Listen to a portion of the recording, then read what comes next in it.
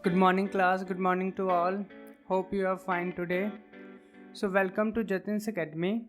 Today, in this class, we will learn about the first chapter of physics, that is force. This is basically for the ICSE syllabus, first chapter of ICSE, that is force.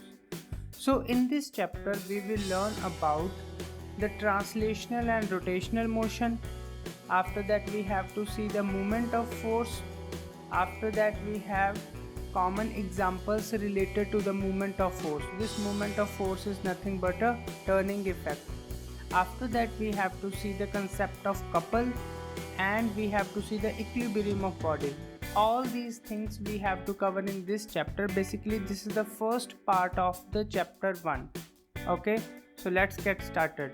Before understanding the translational and rotational motion, let us understand the concept of forces or effect of forces. Effect of forces means when I apply a force on a body, what will be the effect on the body will takes place. Means हमें क्या देखना है कि अगर किसी body पे force लग रही है तो उसका क्या इफेक्ट है बॉडी पे.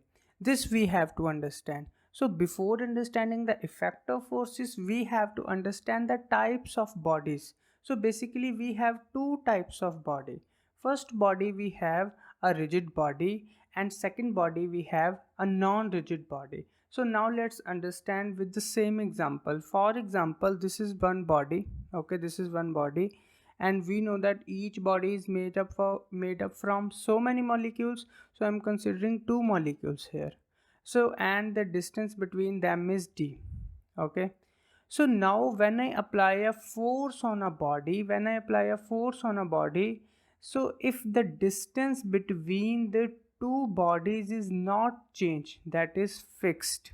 अगर हम किसी बॉडी पे फोर्स लगाएं और उन मॉलिक्यूल का डिस्टेंस चेंज ना हो, so that example is called rigid body.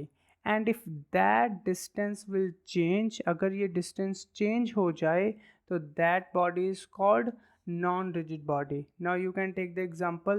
For example, I have a sponge ball. So when I apply a force on a sponge ball, the distance will change. Molecules, it will be compressible, yes. So it will be compressible in nature. So now let's understand the example. For example, I have this iron ball. So when I apply a force on this iron ball, it will move. It will move from one point to another point, or it will rotate. Two motions can take place. And in non-rigid body, three motions can take place. Two motions takes place, that is translational and rotational, and also there is change of shape and size takes place in this case. In case of non-rigid bodies, change of shape and size will takes place, but in case of rigid body only motion will takes place. There is no change of shape and size will takes place. Now we have to put our main focus on the rigid body only. In this class, we will study only the rigid body, not the non-rigid body. So now let's see. We have to see the kinds of motion. Now again I am repeating, we are considering only the rigid body. So when I apply a force on a rigid body, two kinds of motion will takes place. When I apply a force on a rigid body, two kinds of motion that we have to see. First motion is called translational motion, and second motion is called rotational motion. Here we are doing only the naming. After that we will do this translation and rotational motion in detail. So what is translation and what is rotational? This we have to see with the little example. So for example, this is a football which is free to move. This is a football which is free to move. So when I apply a force on the football, what will happen?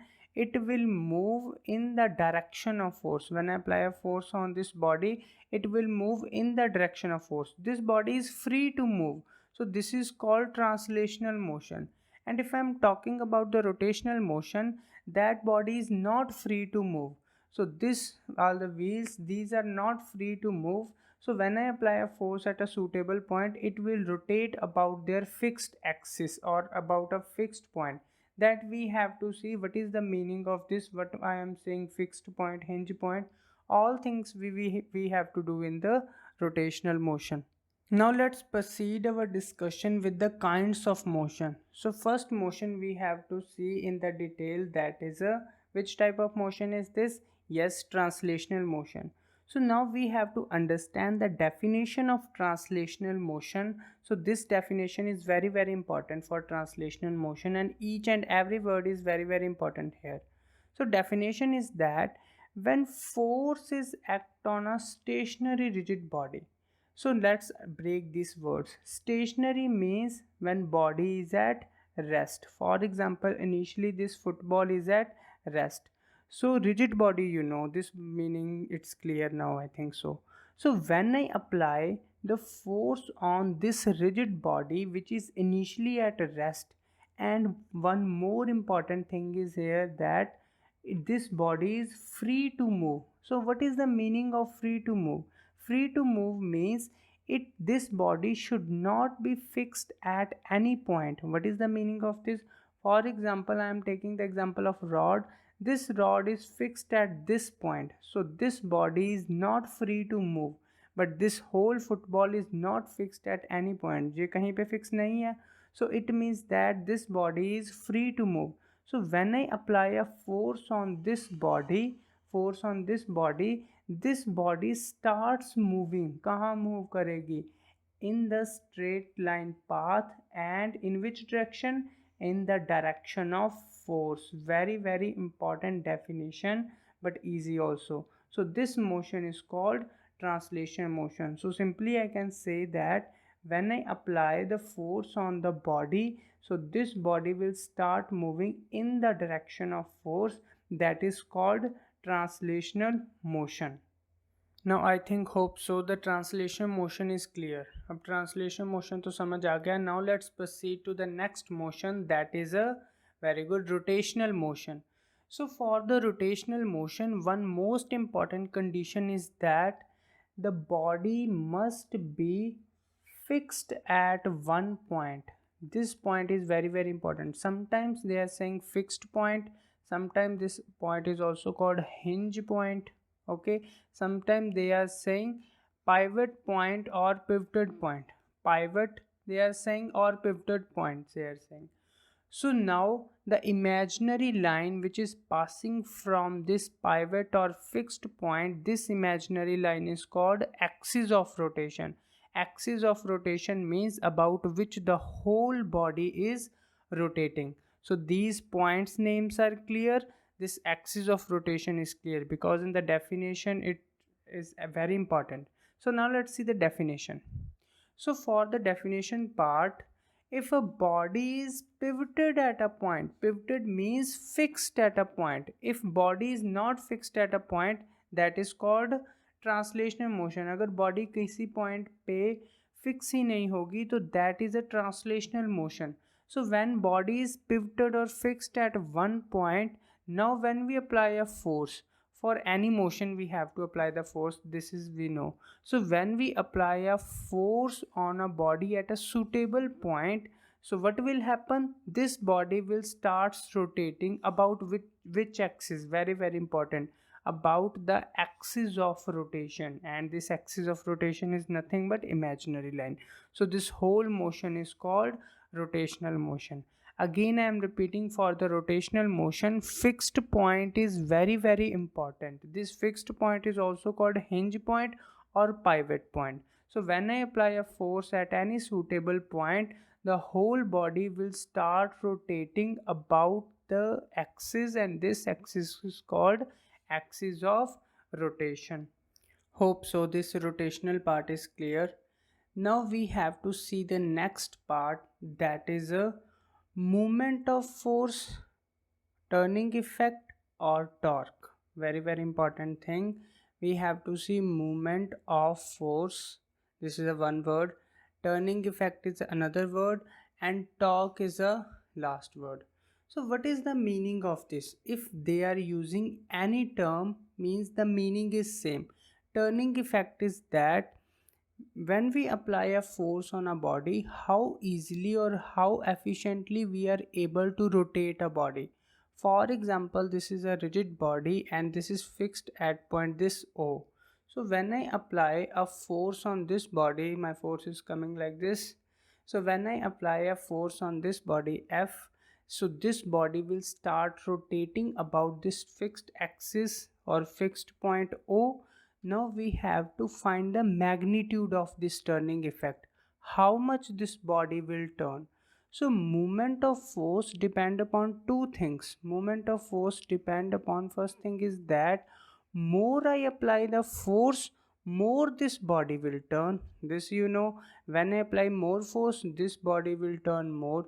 So moment of force and force applied are directly proportional. As I increase the value of this force, the moment of force will increase.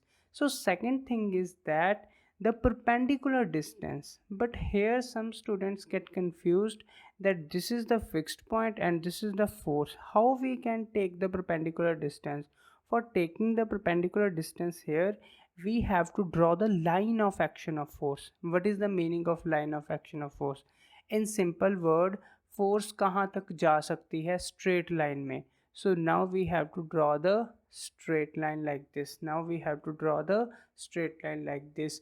So the distance between this line of action of force and this fixed point, so when we draw this distance, perpendicular distance, so this is called the perpendicular distance. Why we are bothering about the perpendicular distance? Because perpendicular distance is the shortest distance. This you have seen in the Pythagoras. So perpendicular distance is the shortest distance. That's why we are bothering about the perpendicular distance. जितना ये perpendicular distance ज़्यादा होगा, means जितनी ये force ज़्यादा दूर होगी, उतना easily हम इसको rotate कर सकते हैं. So movement of force is directly proportional to the perpendicular distance. This is not a normal distance. This is a perpendicular distance like this. So now here we are coming with two things. Moment of force depend upon the magnitude of force applied, and moment of force depend upon the perpendicular distance. Now when we mix this thing, so I can say that moment of force is directly proportional to force into perpendicular distance. Now I think it's clear that the turning effect of a body depends upon a movement of force or torque. Now let's proceed our discussion with the mathematical form. Now we have to see the factor affecting the turning effect on a body. Means for the turning effect of body, किस factor पे turning effect depend कर रहा है. So first and foremost thing is force and the perpendicular distance. Now here perpendicular distance definition is very important. So this is a fixed point O, okay, and this is a line of action of force. So distance we have to take from the line of action of force and from the fixed point. This perpendicular distance I am talking about. So now one by one we have to see on which factor the turning effect of body depends. So first factor is that the magnitude of the force, magnitude of force applied, and second factor we have the perpendicular distance, very important, perpendicular distance from where, from the line of action of force to up to which point, to the axis of rotation, or I can say that the pivoted point. So what is the definition of axis of rotation? Little reminder. So axis of rotation is a line, okay, imaginary line passing through this pivoted point. So this perpendicular distance I have to see. So this I got moment of force is a product of force into perpendicular distance of force from the pivoted point. Again and again I am saying this thing. This is very important. Perpendicular distance you have to see. So now let's see the units of the moment of force. So units of moment of force, we have to see first the formula. So formula we have moment of force is equals to force into perpendicular distance. Okay, this is the formula. So now one by one we have to see the unit of force and unit of distance. Perpendicular distance is actually a distance only. So unit of force unit is Newton. So unit of force and unit of distance we have to see. So unit of force we have Newton and the unit of distance is meter. So unit of movement of force is simply what? Newton into meter. Okay, so I can say that simply, again I am repeating. So unit movement of force is what? Force into perpendicular distance, force unit is Newton, and perpendicular distance unit is meter. So that's why I got Newton into meter as a unit of force. And one more important thing is here that it is a vector quantity. Now why I am saying this important thing? Why? Because first of all, what is a vector quantity?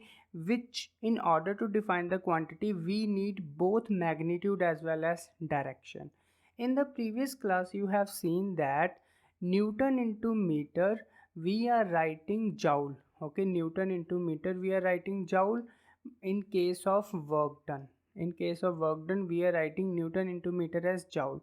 But here we are not writing Newton into meter as a joule. Why? Because here moment of force is a vector quantity and the work done is a scalar quantity. So scalar quantity can be represented as a joule, Newton meter can be represented as a joule, but vector quantity Newton cross meter is not represented as a joule. But in the higher classes you will get know about the vector dot product and scalar dot product, but for the time being you have to remember that moment of force is a vector quantity. That's why I'm not writing it as a joule, it is simply as Newton into meter. And work done is a scalar quantity, so I can replace the Newton into meter into a single unit, that is joule. Now let's proceed our discussion on the units of moment of force. So here we have to see the relationship between the SI and CGS unit of moment of force. Now we have to see the SI and CGS relationship. So moment of force, simply SI unit is Newton into meter, that we know, and CGS version. CGS unit of moment of force is Newton is dyne in CGS and meter in CGS is centimeter. So this is a SI unit and this is a CGS unit.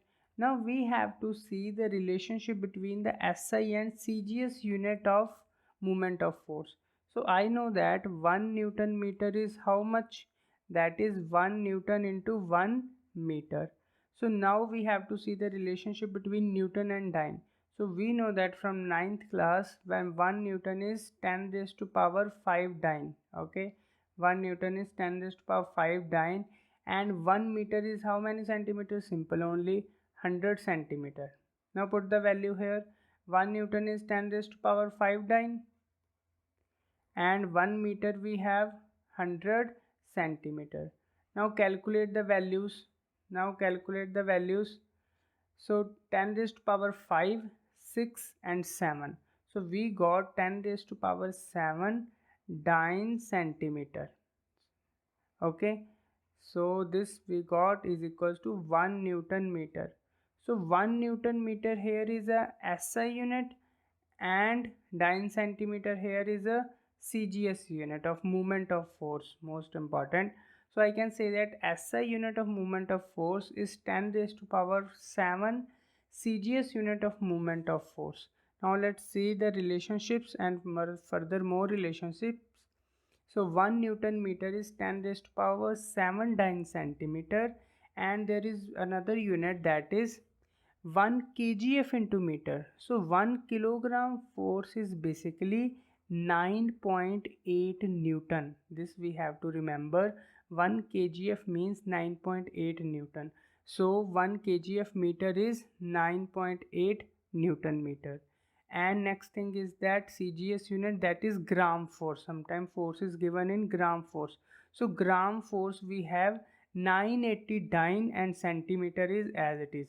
These all relationships are very important. Now we have understood the concept of moment of force and we know that moment of force is related to the rotation.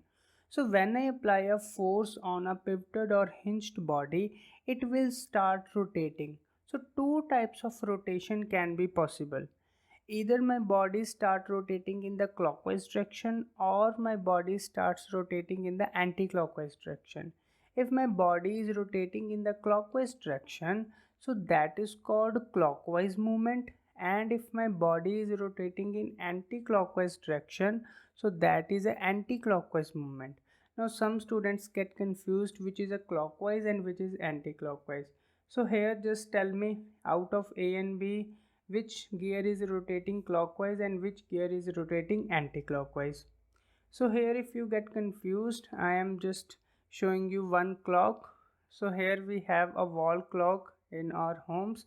So this rotation, so whatever all these hands are moving, this rotation is called clockwise rotation. So now tell me, out of A and B, which gear is making a clockwise rotation? Yes.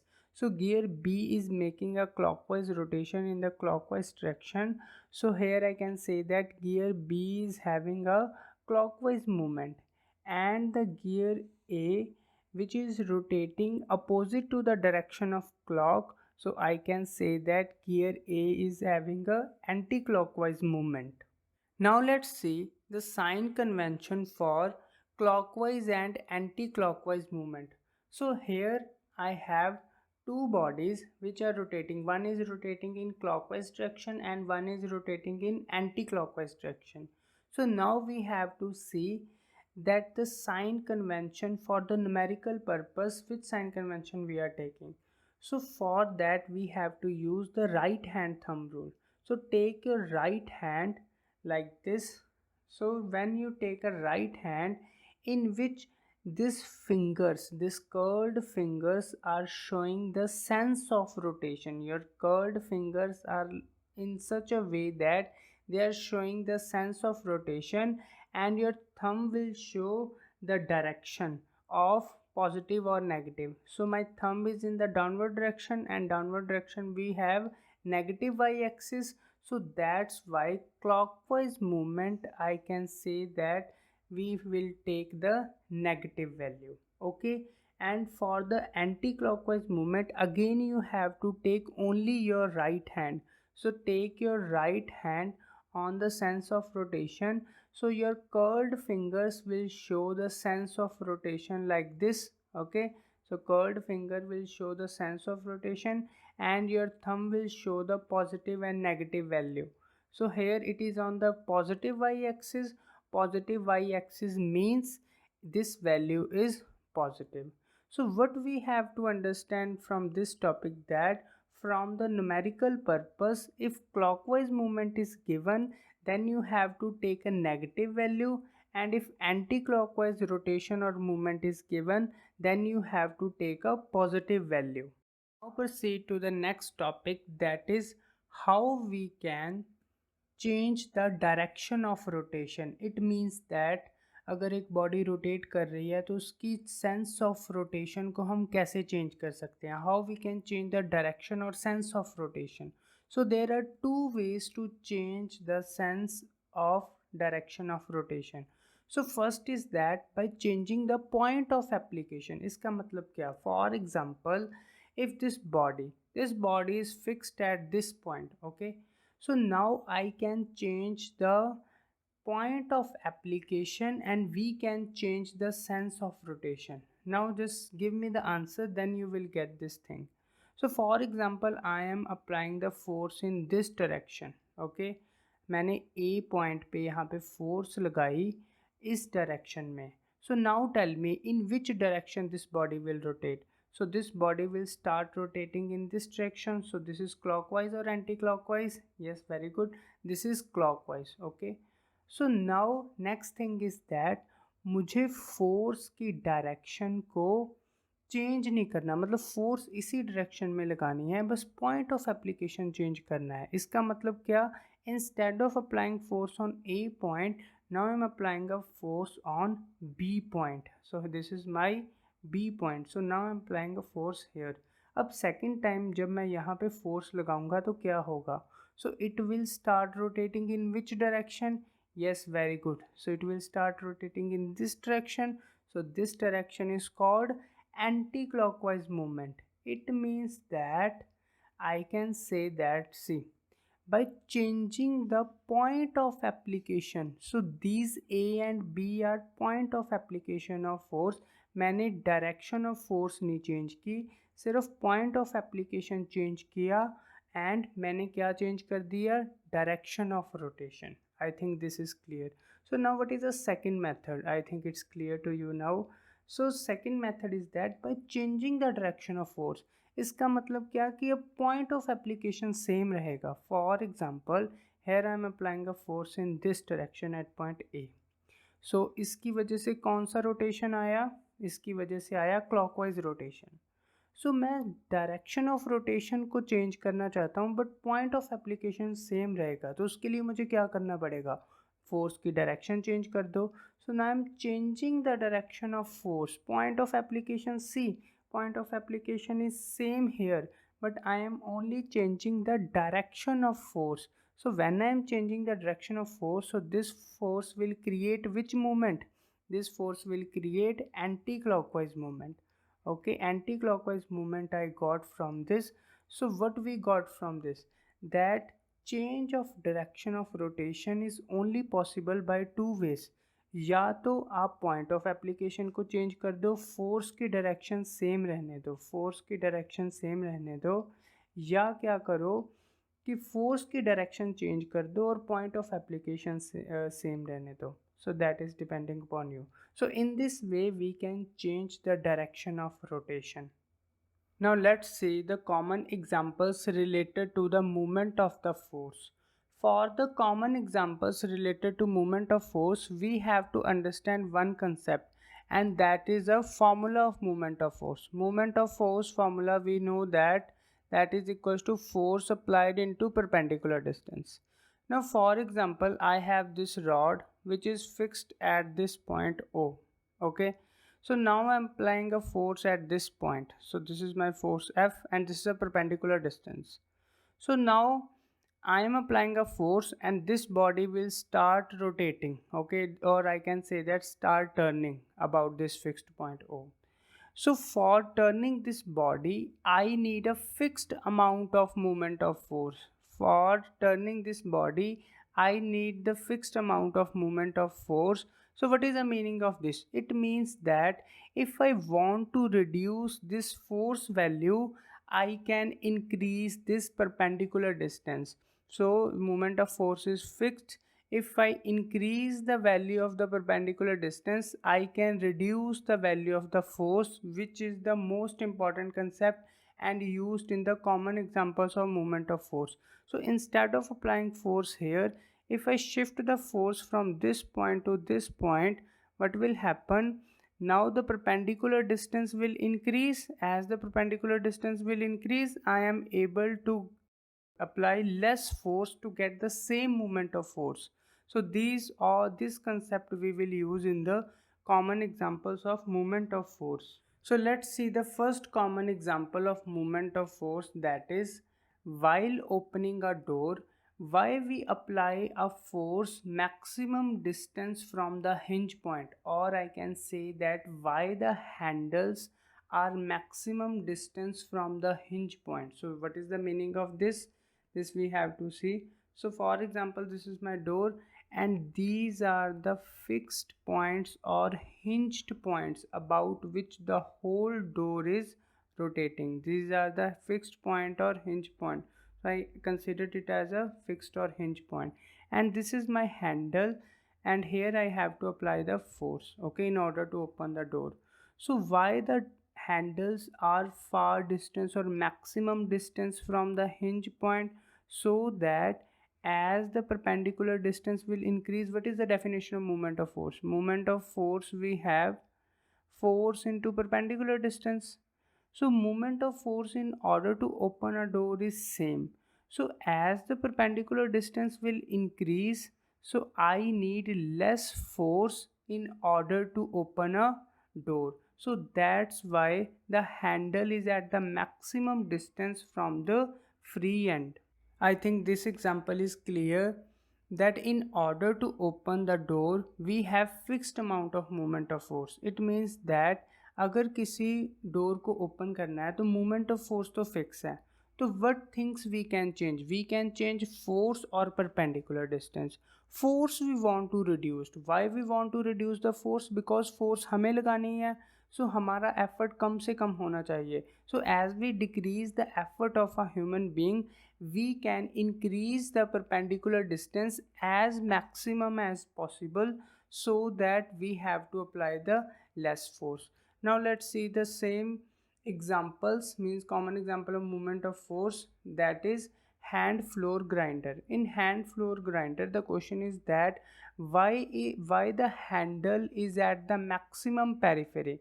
Why the handle is at the periphery? So again the answer is same. So as the handle is at the periphery, it means that we have the perpendicular distance increases. So movement of force in order to rotate this hand floor grinder is same.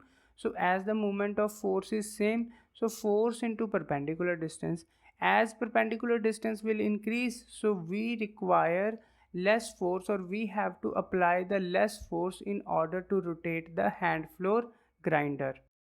Now let's see the next example of movement of force, that is while turning a steering wheel, we have to apply the force tangentially on the steering wheel at the maximum distance from this fixed or hinged point. Okay, so again the concept is same. Why we are applying the force here? So that the perpendicular distance is more is the perpendicular distance, moment of force I have, force into perpendicular distance, more is the perpendicular distance, less force I need in order to turn the wheel.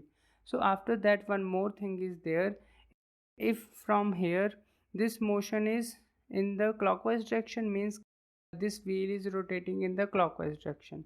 If we want to change the sense but direction is same, this we have already done, means मैं force की direction नहीं change करना चाहता पर sense of rotation change करना चाहता हूँ. What I will do, I will change this force from this point to, yes, very good, on this point. So I am applying force now in at this point. So now it is moving in the anti-clockwise direction. And next part is also clear. If I want to tighten my hand here, अगर मैं यहीं पे ही अपना hand fix करना चाहता हूँ, तो in order to turn the wheel in the anti-clockwise direction, I have to apply the force in this direction. All these things I think clear to you, that how we can change the sense of rotation by changing the point of application or by changing the direction of force. Now let's see the another example in which we have to see that why spanner is having a long length. So spanner is having a long length because spanner is used to open the nut. So here we have a nut that we have to open. So more is the length. See, more is the length means more is the perpendicular distance, because here we have to apply the force in the perpendicular direction. So more is the length, more is the, I can say that, perpendicular distance from the nut. Here I have to create a moment of force because here I have to open a nut. So again same thing, moment of force is force into perpendicular distance. So for the opening a nut we have fixed amount of moment of force, and as we increase the value of the perpendicular distance, means this spanner is having long length, so I need less force to open the same nut. Now let's see the next example of movement of force that is very important. That is a example of bicycle. The question is that why the toothed wheel, front tooth wheel, are of larger diameter instead of rear tooth wheel. We have two tooth wheel, front tooth wheel and rear tooth wheel. So front tooth wheel is having larger diameter than rear tooth wheel. This we have to see the reason. So for the bicycle, we should know that this is having larger diameter. Larger diameter means, and also pedal is attached. So as pedal is attached, from the center perpendicular distance will increase. Very important. From the center perpendicular distance will increase as I apply the force here. So I can say that moment of force is equals to force into perpendicular distance. So for example, in order to turn the wheel in the clockwise direction here, I have to apply the force, and moment of force is fixed here for a cycle. So moment of force is fixed. So as the perpendicular distance increases, so force requirement is decreases. Means the person who is riding a bicycle has to apply less effort if pedals are attached with the front tooth wheel instead of a rear tooth wheel. If pedals are directly attached to the rear tooth wheel, what will happen? The diameter is small here. So as the diameter is small, he has to apply the more force. As the distance is less, he has to apply the more force. That's why the pedals are attached to the larger diameter tooth wheel, which is a front tooth wheel. So as this person created a moment of force, so this moment of force is transferred to the rear wheel, and the cycle is riding or moving in the front direction effortlessly. Now I think so this cycle example is clear to all. Very simple thing is that question is that कि क्यों जो pedal है वो larger gear के साथ और larger tooth wheel के साथ अटैच हैं. Why? Because distance will increase. अगर डिस्टेंस इंक्रीज हो जाएगा मूवमेंट ऑफ फोर्स फिक्स्ड है. More is the distance less force is needed. So कम फोर्स लगेगी साइकिल को आगे लेके जाने के लिए. So this is the main thing. Now we have to see the next thing that is a couple. Okay, so in daily life what is the meaning of couple? So in daily life the meaning of couple is two. Okay, something is two there.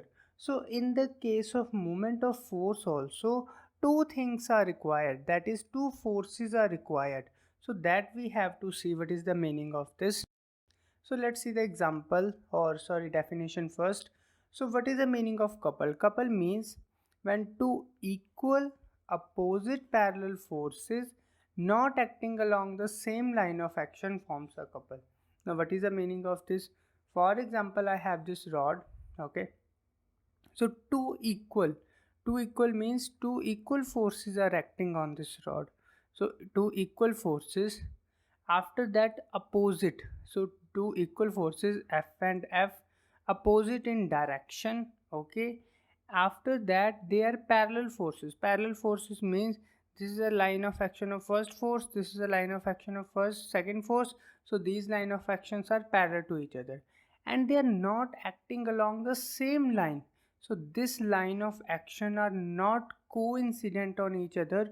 So there is a difference, means दो force ऐसी होनी चाहिए जो same line पे ना हो, तो ये डिफरेंट लाइन पे है. So whatever we got here that is called a couple. So little bit idea is clear what is the meaning of couple here. Now I think little bit couple definition is clear to all. Now I am giving you one statement which some student think that this statement is false, but actually this statement is true. The statement is that in order to create a turning effect or in order to rotate a body, we need two forces. Must two forces are required. Now some students get confused. In previous example we applied only one force and body is able to rotate.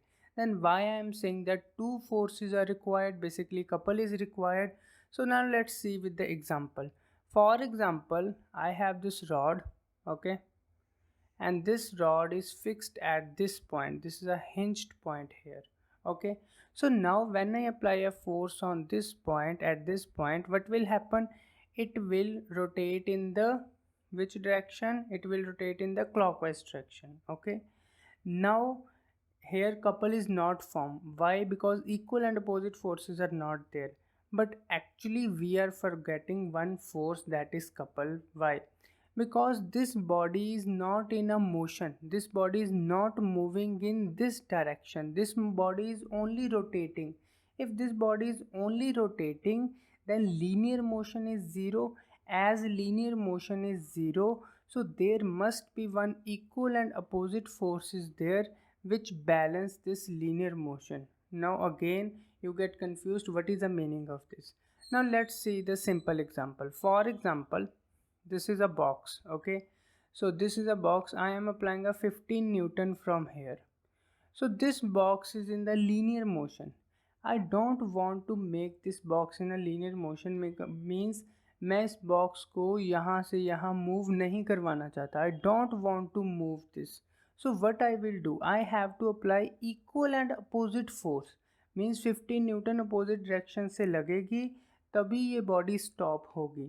तो यही इस पर चल रहा है कि अगर equal and opposite forces are acting on a body, then linear motion will not occur, only rotation will occur. Now we have to see the movement of force created by these forces. So this is a hinge point, ये hinge point है O. So इसकी वजह से, इस force की वजह से क्या turning effect create होगा, that we have to see. So this is a perpendicular distance. Okay, so इस force की वजह से movement of force क्या create होगा, movement of force is force into perpendicular distance F into D create होगा। और इस फोर्स की वजह से क्या मोमेंट ऑफ फोर्स क्रिएट होगा, this we have to see. So moment of force due to this force, this second force, very carefully see, force तो act हो रही है हिंज पॉइंट पे, that I know, but here you have to see that this point is on the hinge point. It means that perpendicular in this case is, yes, think perpendicular in this case is 0. so ये force moment of force create ही नहीं करेगी, इसलिए previous example में हमने इसको neglect कर दिया, बट इट डजेंट मीन कि ये एक्चुअल में नहीं है, this force is actually there but we are neglecting in the previous examples. So now again I am repeating my statement is that in order to create a turning effect on a body, we always need a two forces which are equal in magnitude and opposite in direction. Now let's see the examples related to the couple. My first example is that you have seen that while opening the nuts of a car wheel, you have to choose a wrench. So wrench, what is the meaning of wrench and why we have chosen the wrench? So in the wrench, here the person is applying equal and opposite force. See, F force is applying here and F force is applying here. Okay, so equal and opposite forces are applying, and this is the perpendicular in this case. Okay, this is the perpendicular distance in this case. Now we have to see the moment of force created by this point. So what is the hinge point here? Hinge point is where nut is opening. So nut is opening at this point, so this distance is, for example, d by 2. So this distance is also d by 2.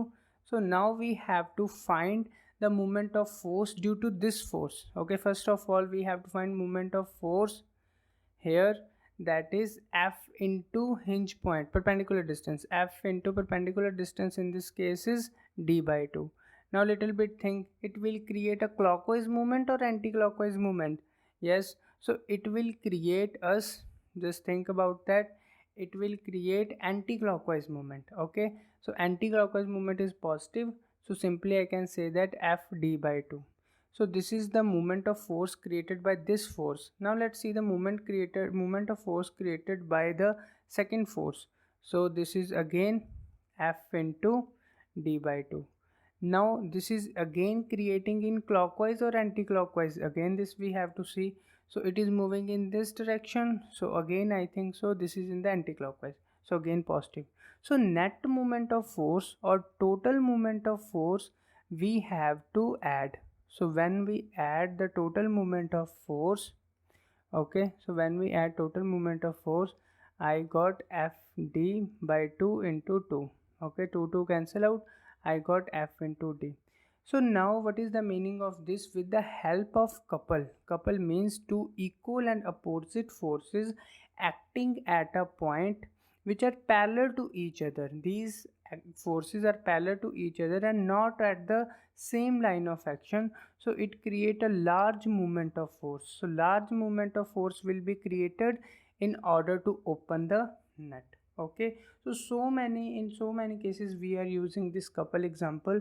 For example, while opening a tap, we are using equal and opposite forces. See, we are using two equal and opposite forces here while opening a tap. So this is again an example of a couple, and there are so many examples related to a couple. Now we have completed the examples related to the couple. Now we have to see the mathematical form of movement of couple. Little bit idea we know. Let's see the more thing. So for example, I have chosen this rod, okay, and this rod is fixed at this point. So this point I have taken as O, and these are the extreme ends A and B. Now for the couple, I have to attach two equal and opposite forces which are parallel to each other. So here I have attached two forces, this force and this force. This is for example F, and this is again F. Why I am taking F and F? Because equal in magnitude we have to choose. So now the distance between them is D. So distance between the two forces is D. Now we have to see the moment of force F at the end A. Now we have to see how much moment of force is created by this force. So this force, and this is the perpendicular distance. Now this force is creating a moment of force, and perpendicular in this case is how much? Yes, very good. So OA is a perpendicular distance. Very good. So OA is a perpendicular distance. I am generalizing the things now. So now moment of force at the end A, that is F into OA. Okay. After that we have to add plus or minus sign depending upon it is in the clockwise direction or anti-clockwise. Now let's see. This is the force. This is the hinge point. So it will move in clockwise or anti-clockwise. Yes, very good. So it will move in the anti-clockwise. So anti-clockwise means positive. Okay. After that we have to see the moment of force at the end B. So moment of force at the end B creating again a couple. So now we have to see again force into perpendicular distance. So force into perpendicular in this case is again, that is this B point and hinge point. So here I got O into B, means sorry, OB. Okay, so this is my perpendicular distance. So perpendicular distance I got OB. Again we have to see plus or minus. So this force is creating again clockwise or anti-clockwise. So this force is again creating anti-clockwise. Anti-clockwise means positive. Now we have to see the sum total of all. Sum total means we have to see the total moment of couple. Total moment of couple means we have to add with the sign. So plus F into OA plus, again this is plus, so F into OB. Okay, so now we have to take the common. So take the F as common, so on the and multiply. So here I got OA plus OB. Okay, can you tell me what is the value of OA? This is the OA and this is OB. OA and OB become this complete distance D. Yes, very good. So I can say that the total moment of couple, we can take any force value we can take, and distance between the two forces, perpendicular distance between the two forces we can take, that is equal to the couple. This is a mathematical form of couple. Now let's see the end result. So I can say that the total moment of couple or moment of couple is either force, only one force we have to take because magnitude is same, and perpendicular distance between the two forces. Now we have to take the perpendicular distance between the two forces, not from the hinge point.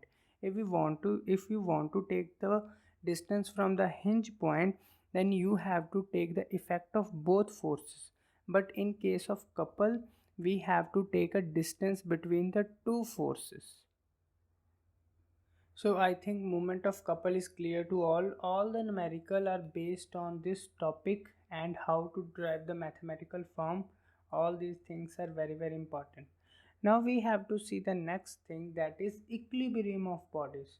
Now what is the meaning of equilibrium of bodies? This we have to see. This is also a very important topic. So in this case, first of all, see the definition. So definition says when a number of forces acting on a body produces no change in its state of rest or linear or rotational motion. समझ नहीं आया? So let's see. Take one example. For example, this is a box. Okay. So इस box पे यहाँ से मान लो 5 Newton force लगी, यहाँ से भी 5 न्यूटन फोर्स लगी, यहाँ से लगी 10 Newton force. So from downside again 10 Newton. So now let's see. Number of forces are acting on this body, means forces are acting on the body, but net force on the body is, yes, very good, net force on the body is 0. So if net force on the body is 0, if initially this box is at rest, it remain is at rest, and if box is in motion, it remain is in motion. दोबारा समझो कि इस body पे forces तो लग रही हैं, number of forces लग रही हैं, पर नेट फोर्स, जो नेट इफेक्ट है इन फोर्सेस का, वो ज़ीरो है. इट मीन्स दैट अगर ये बॉडी पहले से ही रुकी हुई है, रेस्ट स्टेट में है, तो ये रेस्ट स्टेट में रहेगी. अगर ये बॉडी पहले से ही चल रही है, तो नंबर ऑफ फोर्सेस लग भी रही हैं, तो ये हमेशा चलती रहेगी. सो that is called equilibrium of bodies. Equilibrium of body means Net force is zero. Force is acting but net force is zero. I hope this thing is clear. When number of forces acting on a body and produces no change in its, which change they are talking about, state of rest or linear or rotational motion. Okay, so this is called equilibrium of bodies. Now let's see the next concept, that is a type of equilibrium. Okay, equilibrium of bodies is clear. Now we have to see the types. So if we are talking about the types of equilibrium of bodies, so first is static equilibrium. Static equilibrium means number of forces are acting on a body but body is remain at a rest. Okay, number of forces acting on a body but bodies remain at rest. So when a body remains in a state of rest under the influence of several forces. For example, here two persons are applying a force in order to on this block. Okay, on this block or trolley they are applying the forces, but net force is zero. As net force is zero, so it remain is at rest. So now next thing is that dynamic equilibrium. Dynamic equilibrium means body remains in motion under the influence of several forces. मतलब बहुत सारी forces लग रही हैं लेकिन body motion में ही है, वो रुक नहीं रही है और ना ही वो तेज़ हो रही है under the constant velocity. So when body remains in the state of motion under the influence of several forces, that is called dynamic equilibrium. Here you can see, so net force acting on the body is zero. Net force is zero, but initially this trolley is in motion, that's why its remain is in motion. Okay, you got the point. So here initially is at motion, so that's why it is in motion. Now I think little bit idea you got from these examples. Let's do more example based on the static equilibrium and dynamic equilibrium. Let's see the example based on static equilibrium. We have an example in which book is placed on the table. Now we have to see the forces here. So first force is a weight. So this downward force is acting, that is a weight, and one more force is acting on the book by the table, that is in the upward direction, that is a normal reaction. So forces are acting on the body, so it means forces are acting and this body is state in the rest condition, means this body is in the state of rest. So forces are acting but this body is not moving, that's why this is an example of static equilibrium.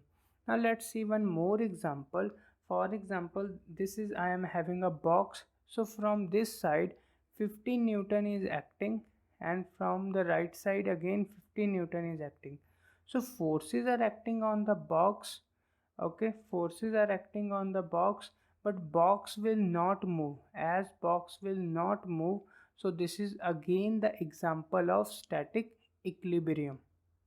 Now let's see one more example based on the static equilibrium. This example is based on the moment of the force. Okay, for example, I have a two blocks. One is of 3 kg and another is of, for example, 1 kg. Okay, and the first, this is from the fulcrum distance is 1 meter. Okay, and this distance is, for example, from the fulcrum is 3 meter. So now let's calculate the moment of the force. So if we want to calculate the moment of force due to this 3 kg, so here force is applying in this direction, here weight is acting basically. So here force is applying in this direction. So force, that is 3g, m into g. Okay, force this mg and this only g. So here this will create clockwise movement or anti-clockwise movement. So this is basically a anti-clockwise movement. So anti-clockwise movement I have 3 into 1. Okay, so I got 3 kgf meter. So clockwise movement I have to see 1 kg into 3. So clockwise movement I have 1 kg into 3 meter. So again 3 kgf meter. So now let's see both clockwise movement and anti-clockwise movement, both anti-clockwise movement and clockwise movement are equal to each other. So they are equal to each other. So this body or this whole system is in the state of rest. No rotation will occur because clockwise and anti-clockwise movement balance each other. So here forces are acting movements are acting means actually rotation is there, but net rotation on the body is zero. If net rotation on the body is zero, so this body is in state in the rest. So I can say that this is the one more example of static equilibrium and very important. Now I think the examples related to the static equilibrium is clear. Now let's see the examples related to the dynamic equilibrium. For the examples related to dynamic equilibrium, let's see the definition of dynamic equilibrium. Dynamic equilibrium means forces are acting on the body, but net force acting on the body is zero. As net force acting on the body is zero, still the body remains in a state of motion. So this is called the definition of dynamic equilibrium. Means body पे force तो लग रही है लेकिन net force zero है. As net force is zero, but still जो body है वो move कर रही है with constant speed. So now let's see the example of raindrop. So here I have a raindrop in which forces are acting. So first force is acting in the downward direction, that is a weight. Okay, first force is acting on the downward direction, that is weight. Now we have to see the upward force acting on the body, very important. So upward force is also acting on the body, and that is a friction force and buoyant force. So this friction force is due to the air resistance I can say that, and buoyant force that we will see in the 5th chapter. Little bit idea I want to give you, and also you have seen in the 9th class. Basically buoyant force 5th chapter you have seen that when body is in the fluid, so air is what, it is a fluid. So when body is in the fluid, upward force is acting on the body, that is a buoyant force. You have already done in the 9th class. So here buoyant force plus friction force sum is equal to the weight, means these forces are equal to each other. If these forces are equal to each other, so net force acting on this body is, so net force acting on this body is zero.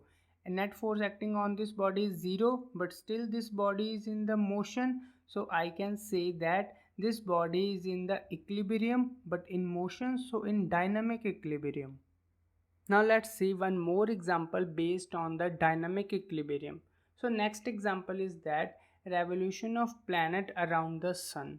So here we have to see the number of forces. So first and foremost forces in this case is a force of attraction. We know that for two bodies there is always a force of attraction between them. So this force of attraction is actually used to revolve the sun around the, to revolve the planet around the sun.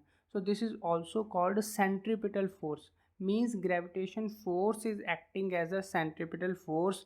So net force acting on the planet is zero. Some students get confused in what is the meaning of centripetal force, that we will see in the C part of this chapter. For the time being, here you have to remember one thing, that net force acting on the planet is zero. So as net force acting on the planet is zero, but still the planet is in motion, so this is an example of dynamic equilibrium.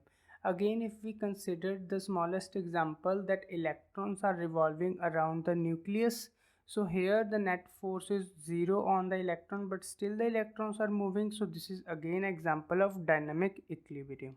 Now let's see one more example based on the dynamic equilibrium. So here I have the example of aeroplane which is flying at a constant height. So here this is example of dynamic equilibrium. How? So here we have forces. First force is simply, we know that downward force is acting, that is a weight. And next upward force in this case is acting. Which force is produced by this aeroplane? Yes, very good. Upthrust force is acting. So weight and upthrust force are equal in magnitude and opposite in direction. So net force acting on this plane is zero. So again I can say that net force here is zero. As net force is zero, but still this plane is moving, so this is again an example of dynamic equilibrium. So dynamic equilibrium, in simple word I can say that no force is acting on the body, net force is acting, net force is acting on the body is zero, forces are acting on a body, but this body is still in motion. So this is the example of dynamic equilibrium. I think examples related to the static equilibrium and dynamic equilibrium is clear to all. Now let's see the conditions for equilibrium. So two conditions are there, very important. First condition is that the resultant of all the forces acting on the body should be zero. Means forces are acting on a body but result of all the forces acting on a body is zero. So this is simple. Now let's see the next condition, that is the algebraic sum of moments of all the forces acting on the body about the point of rotation should be zero. So what is the meaning of this? Little bit we have to elaborate this. For example, this is a rod, okay, and here we have two forces are acting, for example F1 and F2. Okay, two forces are acting here, and this point is, for example, this point is called point of rotation, points of rotation or point of rotation, I can say that O. So F1 will create anti-clockwise movement which we will take in the positive direction, and F2 will create clockwise movement which we will take in the negative direction. So positive movement of force and negative movement of force are such that the net, when we add, when we algebraic sum means when we add all these movements, so net movement on this body is zero, then I can say that this body is in equilibrium. So net force acting on the body is zero and net movement of force acting on the body is zero, then I can say that my body is in the equilibrium condition, and this is very important. So let's proceed to the last topic of this part A, that is principle of movements. Principle of movement is based on the equilibrium only, which states that the net movement acting on the body is zero.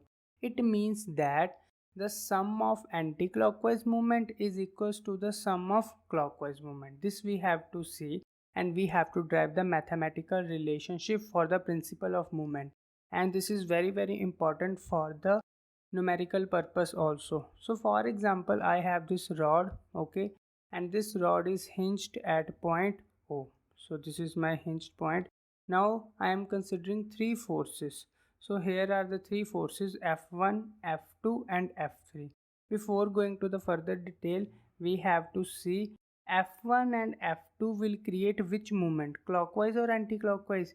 So F1 and F2 will create anti-clockwise movement and F3 will create clockwise movement. Okay, so now the distance of F1 from O we have D1, and F2 from this point, fixed point, is D2, and F3 is D3. Simple thing.